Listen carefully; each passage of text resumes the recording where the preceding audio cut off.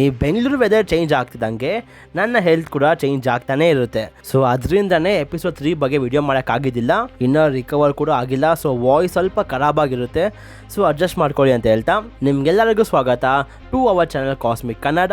ನಾನು ನಿಮ್ಮ host Pavan. So ನಾವಿಲ್ಲಿ ಮಾರ್ವೆಲ್ ಬಗ್ಗೆ ಕಂಪ್ಲೀಟಾಗಿ ಮಾತಾಡ್ತೀವಿ. ಸೊ ನೀವು ಮಾರ್ವೆಲ್ ಫ್ಯಾನ್ ಆಗಿದ್ರೆ ದಯವಿಟ್ಟು ಸಬ್ಸ್ಕ್ರೈಬ್ ಆಗಿ ಅಂತ ಹೇಳ್ತಾ ಇವತ್ತಿನ ವಿಡಿಯೋ ಶುರು ಮಾಡೋಣ. Let's go. ಸೊ ಆಗತಾ ಆಲ್ ಅಲಾಂಗ್ ಎಪಿಸೋಡ್ 4ಗಿಂತ ಎಪಿಸೋಡ್ 3 ತುಂಬಾ ಇಂಟ್ರೆಸ್ಟಿಂಗ್ ಆಗಿತ್ತು. ಸೊ ಈ ವಿಡಿಯೋಯಲ್ಲಿ ಎಪಿಸೋಡ್ 3 ಮತ್ತು ಎಪಿಸೋಡ್ 4 ಬಗ್ಗೆ ಕೂಡ ಮಾತಾಡೋಣ. ಸೊ ಆಗತಾ ಆಲ್ ಅಲಾಂಗ್ ಎಪಿಸೋಡ್ 3ಯಲ್ಲಿ ಆಗತಾ ಮತ್ತು ಅವ್ರ ಕವನ್ ಫಸ್ಟ್ ಲೆವೆಲ್ಗೆ ಹೋಗ್ತಾರೆ. ಆ್ಯಂಡ್ ಅಲ್ಲಿ ಹೋಗೋಕ್ಕೂ ಮುಂಚೆ ಆ ಹುಡುಗ ಅವನ ಬಗ್ಗೆ ಯಾರಿಗೂ ಕೂಡ ಅವ್ನು ಹೇಳೋಕ್ಕಾಗ್ತಿರಲ್ಲ, ಯಾಕಂದರೆ ಅವನ ಮೇಲೆ ಯಾರೋ ಒಬ್ಬರು ಶಾಪ ಅಂದರೆ ಸಿಜಿಲ್ ಹಾಕಿರ್ತಾರೆ. ಸೊ ವಿಚರ್ಸ್ಗಳು ಈ ಸಿಜಿಲ್ನ ಹಾಕ್ತಾರೆ ಸೊ ದಟ್ ಯಾರಿಗೂ ಕೂಡ ಅವನ ಬಗ್ಗೆ ಡೀಟೇಲ್ಸ್ ಗೊತ್ತಾಗಬಾರ್ದು ಅಂತ. ಆ್ಯಂಡ್ ವಿಚರ್ಸ್ಗಳು ಸಿಜಿಲ್ನ ಹಾಕ್ಮೇಲೆ ಅವ್ರಿಗೂ ಕೂಡ ಜ್ಞಾಪಕ ಇರಲ್ಲ ಈ ಸಿಜಿಲ್ನ ನಾನೇ ಹಾಕಿದ್ನಾ ಇಲ್ವಾ ಅಂತ. ಹಾಗಿದ್ರೆ ಈ ಸಿಜಿಲ್ನ ಬ್ರೇಕ್ ಮಾಡಬಹುದಾ? ಸೊ ಈ ಸಿಜಿಲ್ ಅನ್ನೋ ಶಾಪದಿಂದ ಆಚೆ ಬರ್ಬೇಕಂದ್ರೆ ಆ ವಿಚರ್ಸ್ಗಳು ಏನಂತ ಹೇಳಿ ನಿಮಗೆ ಸಿಜಿಲ್ ಹಾಕ್ತಾರೋ ಅದು ಮುಗಿಯೋ ತನಕ ಆ ಸಿಜಿಲ್ ಬ್ರೇಕ್ ಆಗಲ್ಲ. ಹಾಗಿದ್ರೆ ಈ ಹುಡುಗ ಮೇಲೆ ಯಾರು ಆ ಸಿಜಿಲ್ ಹಾಕಿರಬಹುದು? ಸೊ ನಿಮ್ಗೆಲ್ಲರಿಗೂ ಗೊತ್ತಿರೋ ಹಾಗೆ ಈ ಹುಡುಗ ಬಂದು ವ್ಯಾಂಡಾ ಮಗ ಆದ ವಿಕನ್. ಸೊ ವ್ಯಾಂಡಾ ಮದುವೆ ಆಗಿದ್ದು ವಿಷನ್ನ. ಸೊ ಈ ಮಗು ಹೇಗಾಯಿತು?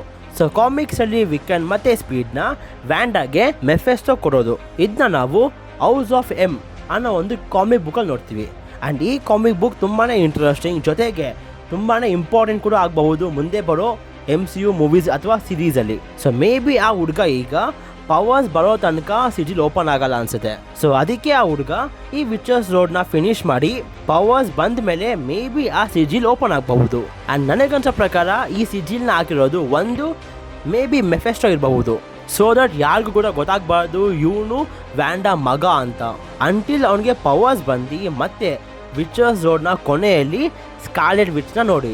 ಇಲ್ಲ ಅಂದರೆ ಮೇ ಬಿ ಅಗತಾನೇ ಹಾಕಿರಬಹುದು. ಆದರೆ ಎಪಿಸೋಡ್ 3 ಮತ್ತು ಎಪಿಸೋಡ್ 4ಅಲ್ಲಿ ಅಗತಾ ಮತ್ತೆ ಆ ಹುಡುಗ ಮಧ್ಯೆ ನಾವೊಂದು ಅಮ್ಮ ಮಗ ಬಾಂಡ್ ಕ್ರಿಯೇಟ್ ಆಗ ನೋಡ್ತೀವಿ. ಸೊ ಅಗತಾ ಅನ್ಕೊಂಡಿರ್ತಾಳೆ ಈ ಹುಡುಗ ಬಂದು ಅವಳ ಸ್ವಂತ ಮಗ ಆದ ನಿಕೋಲಸ್ ಸ್ಕ್ರಾಚ್ ಮತ್ತೆ ರೀಇನ್ಕಾರ್ನೇಟ್ ಆಗಿ ಬಂದಿರಬಹುದು ಅಂತ.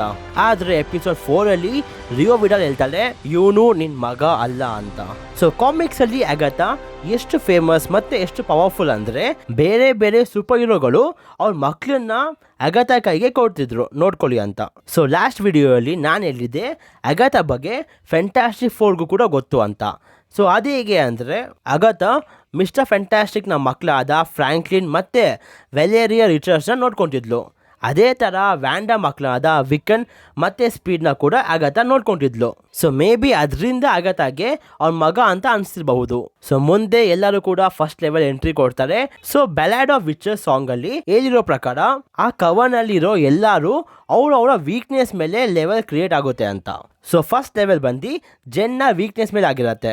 ಸೊ ಎಲ್ಲರೂ ಒಂದು ಮನೆಗೆ ಹೋಗ್ತಾರೆ ಅಂಡ್ ಅಲ್ಲಿ ಆ ಹುಡುಗಗೆ ಒಂದು ಕಾರ್ಡ್ ಸಿಗುತ್ತೆ ಅಂಡ್ ಅದರಲ್ಲಿ ಒಂದು ಒಗಟಿರುತ್ತೆ ಅಂಡ್ ಅದನ್ನ ಶಾರನ್ ಡಿಕೋಡ್ ಮಾಡ್ತಾಳೆ ಅಂಡ್ ಎಲ್ಲರೂ ಆ ವೈನ್ ನ ಕುಡಿತಾರೆ. ಆದ್ರೆ ಜಾನೆ ಆಗತ್ತಾ ಅದನ್ನ ಕುಡಿಯಲ್ಲ. ಸೊ ಮಿಕ್ಕಿದ್ ಯಾರ್ಯಾರು ಅದನ್ನ ಕುಡಿತಾರೋ ಅವ್ರಿಗೆ ಮುಂದೆ ಮುಖ ಚೇಂಜ್ ಆಗುತ್ತೆ. ಆದ್ರೆ ಅವ್ರ ಮುಖ ಸರಿ ಹೋದ್ಮೇಲೆ ಅವ್ರ ಬಾಡಿ ಮೈಂಡ್ ಒಂಥರ ಆಗುತ್ತೆ. ಸೊ ಈಗ ಅವ್ರು ಎಲ್ಲರೂ ಮೊದಲಿನ ಥರ ಆಗ್ಬೇಕಂದ್ರೆ ಜೆನ್ ಒಂದು ಜ್ಯೂಸ್ನ ಕ್ರಿಯೇಟ್ ಮಾಡಿಕೊಡ್ಬೇಕು.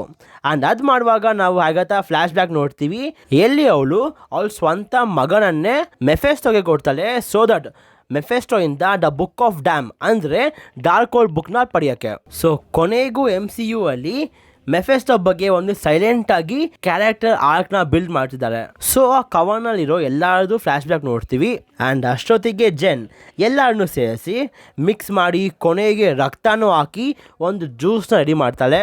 ಆದರೆ ಆ ಜ್ಯೂಸಿಂದ ಶಾರನ್ ಬದುಕೋದಿಕ್ಕಾಗಿಲ್ಲ, ಯಾಕಂದರೆ ಎಲ್ಲರೂ 1 ಪೆಗ್ ತಗೊಂಡ್ರೆ ನಮ್ಮ ಶಾರನ್ 2 ಪೆಗ್ ತಗೊಂಡಿದ್ಲು. So RIP Sharon, we miss you ಅಂತ ಹೇಳ್ತಾ ಮುಂದೆ ಹೋಗೋಣ. ಇಲ್ಲೂ ಕೂಡ ಜೆನ್ ಆ ಹುಡುಗಂಗೆ ಹೇಳ್ತಿರ್ತಾಳೆ ಅಗತಾ ಹತ್ರ ಹುಷಾರು, ಯಾಕಂದರೆ ಅವಳು ಅವಳ ಮಗನೇ ಡಾರ್ಕ್ ಹೋಲ್ಡ್ಗೋಸ್ಕರ ಎಕ್ಸ್ಚೇಂಜ್ ಮಾಡಿದ್ಲು. ಸೊ ಮೇ ಬಿ ಆ ಮಗ ಈಗ ಮೆಫೆಸ್ಟೋಗೆ ಕೆಲಸ ಮಾಡ್ತಿರಬಹುದು ಅಂತ. ಸೊ ಈ ಬುಕ್ ಆಫ್ ಡ್ಯಾಮ್ ಅಂದರೆ ಈ ಡಾರ್ಕ್ ಹೋಲ್ಡ್ ಕ್ರಿಯೇಟ್ ಮಾಡಿದ್ದು ಕಥಾನ್ ಅನ್ನೋ ಒಂದು ದೇವರು. ಸೊ ಈ ಕಥಾನ್ ಅನ್ನೋ ಒಂದು ದೇವರು ಎಲ್ಲ ಡಾರ್ಕ್ ಮ್ಯಾಜಿಕ್ನ ಒಂದು ಬುಕ್ಕಲ್ಲಿ ಬರ್ದಿಕ್ಕಿರ್ತಾನೆ ಆ್ಯಂಡ್ ಆ ಬುಕ್ಕೇ ಡಾರ್ಕ್ ಓಲ್ಡ್ ಆ್ಯಂಡ್ ಆ ಬುಕ್ಕು ಮುಂದೆ ಮೆಫೆಸ್ಟೋಗೆ ಸಿಗುತ್ತೆ. ಆ್ಯಂಡ್ ಈ ಡಾರ್ಕ್ ಓಲ್ಡ್ ಬುಕ್ನ ಯಾರ್ಯಾರು ಓದುತ್ತಾರೋ ಅವ್ರಿಗೆ ನೆಗೆಟಿವ್ ಡಾರ್ಕ್ ಪವರ್ಸ್ ಜೊತೆಗೆ ಅವ್ರ ಮೈಂಡ್ ಮತ್ತೆ ಆತ್ಮ ಹೋಗುತ್ತೆ. ಸೊ ಈಗ ಅಗತಾ ಆಲ್ ಅಲಾಂಗ್ ಎಪಿಸೋಡ್ 4ಗೆ ಬರೋಣ. ಸೊ ಈ ಎಪಿಸೋಡ್ ತುಂಬಾನೇ ಕ್ಯಾಶುಯಲ್ ಆಗಿತ್ತು. ಮೊದಲು ನಾವು ಶಾರನ್ ಬಾಡಿ ಮತ್ತೆ ಆತ್ಮಗೆ ಶಾಂತಿ ಕೊಟ್ಟು ಈಗ ಅವ್ರಿಗೆ ಒಂದು ಗ್ರೀನ್ ವಿಚ್ ಬೇಕು.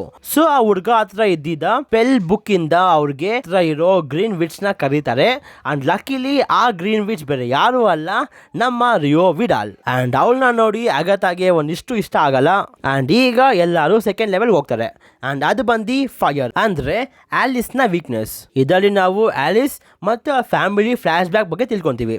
ಸೊ ಈ ಎಪಿಸೋಡ್ ಟೈಟಲ್ ನೋಡಿ, if I can't reach you let my song teach you.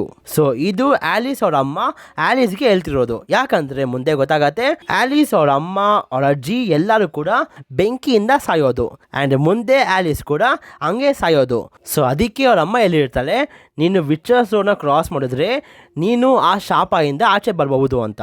And ಅವರೆಲ್ಲರೂ ಕೂಡ ಆ ಸೆಕೆಂಡ್ ಲೆವೆಲ್ಗೆ ಎಂಟ್ರಿ ಕೊಡೋಕ್ಕೆ ಆ ಮನೆ ಒಳಗೆ ಹೋಗುವಾಗ ನಾವು ಆಲಿಸ್ ಅವ್ರ ಅಮ್ಮ ಅಂದರೆ ಲಾರ್ನಾ ಅವರ ಫ್ರೇಮ್ ನೋಡ್ತೀವಿ. ಆ್ಯಂಡ್ ಅಷ್ಟೇ ಅಲ್ಲ, ಆಲಿಸ್ ಅವರ ಅಮ್ಮ ಲಾರ್ನಾ ಆಲಿಸ್ಗೋಸ್ಕರನೇ ಬ್ಯಾಲೆಡ್ ಆಫ್ ವಿಚರ್ಸ್ ಸಾಂಗ್ನ ಆಲ್ಟರ್ ಮಾಡಿ ಒಂದು ಪ್ರೊಟೆಕ್ಷನ್ ಸ್ಪೆಲ್ ಆಗಿ ಕೂಡ ಮಾಡಿರ್ತಾಳೆ.